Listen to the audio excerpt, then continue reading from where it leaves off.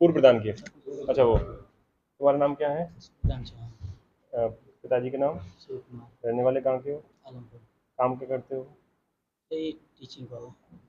और ये विकलांगता कैसे है? बचपन से है। जन्म से है। तुम्हारा क्या नाम है? पिताजी का नाम? और क्या काम करते हो?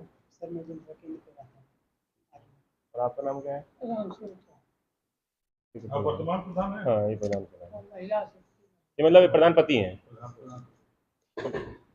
ठीक है। 24 को थाना एरोला पर सुबह लगभग 5-6 बजे हमको ये सूचना प्राप्त हुई कि पूर्व प्रधान श्रीराम चौहान की किसी ने गोली मारकर हत्या कर दी है, जिस पर तत्काल थाना एरोला की पुलिस, क्षेत्राधिकारी और मुझ एडिशनल द्वारा भी वहाँ पर घटनास्थल का निरीक्षण किया गया। सभी तथ्यों के बारे में जानकारी की गई और मुकदमा अंतर्गत धारा 103 BNS में दर्ज कराया गया।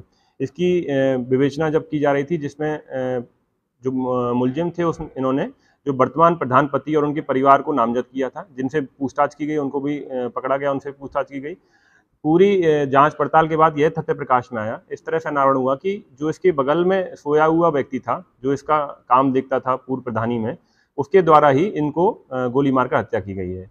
जब इससे कड़ाई से पूछताछ की गई और उससे मारने का कारण पूछा गया, तो उसने बताया कि जो वर्तमान प्रधान पति हैं राम सेवक चौहान, उनके बेटे सुरेंद्र चौहान, उन्होंने मुझे यह काम सौंपा था, क्योंकि मेरे बड़े भाई की पत्नी, उनकी नौकरी पंचायत सहायक के रूप में लगवानी थी, जिसमें प्रधान द्वारा यह आश्वासन दिया गया कि तुम मेरा ये काम करा दो तो मैं उनकी नौकरी लगवा दूंगा। उनसे उसने ये भी बताया कि मुझे 50,000 रुपये और एक्स्ट्रा देने को भी बताया कि अगर तुम ये काम कर दोगे तो मैं नौकरी भी तुम्हारी बहू की लगवा दूंगा और तुमको 50,000 रुपये एक्स्ट्रा भी दूंगा। इस लालच में उसने ये घटना को कारित किया है। जो असला दिया गया है मारने के लिए, वो भी सुरेंद्र चौहान द्वारा ही इसको लाकर दिया गया है। सुरेंद्र चौहान अभी वांछित है और पकड़ा नहीं गया है।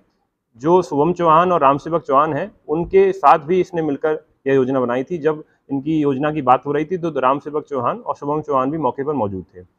और रात में 12 बजे ये घटना की गई है, क्योंकि जब उससे पूछा गया कि रात में 12 बजे मारने का क्या कारण था, तो उन्होंने बताया कि इससे गाँव वालों को लगे कि किसी बर्थडे पार्टी में पटाखा छूटा है, इस से लोग ज़्यादा एकत्रित ना हो और ज़्यादा भनक ना लगे, इसलिए उन्होंने 12 बजे रात को घटना की। सर, इन दोनों के बीच कनेक्शन क्या था? क्यों मरवाना चाहता था? देखिए, जो प्रधान की हत्या हुई है, पूर्व प्रधान, उसका ये जो सतीराम चौहान है, जो विकलांग भी है, उससे घनिष्ठ संबंध था। वो जब प्रधानी इसके पास थी पिछली बार, तो इसका पूरा काम वही देखता था और पूरी तरह से इसका परिचित था और लगभग 4 महीने से उसके साथ ही उसके घर पे रात में सोता था।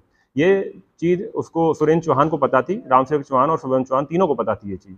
तो उनको लगा कि अगर उसको मारना है तो इसको हमको तोड़ना पड़ेगा। तो उन्होंने सतीराम चौहान को लालच दिया कि उसकी भाई की पत्नी को हम लोग नौकरी देंगे पंचायत सहायक की और 50,000 रुपये भी देंगे। इस लालच में उसने ये घटना कारित की है। सर, कितने लोग गिरफ्तार हो गए और कितने भी इसमें फरार? इसमें अभी तक कुल 3 गिरफ्तारियां हो चुकी हैं, शुभम चौहान, रामसेवक चौहान और सतीराम चौहान की, और एक व्यक्ति सुरेंद्र चौहान इसमें वांछित है, जिसकी भी गिरफ्तारी जल्द सुनिश्चित की सर, जाएगी। सुरेंद्र चौहान हत्या क्यों कराना चाहते हैं? देखिए, सुरेंद्र चौहान का कई समय से रंजिश चल रही थी, कई मुकदमे इन्होंने इसके ऊपर लिखवाए हैं।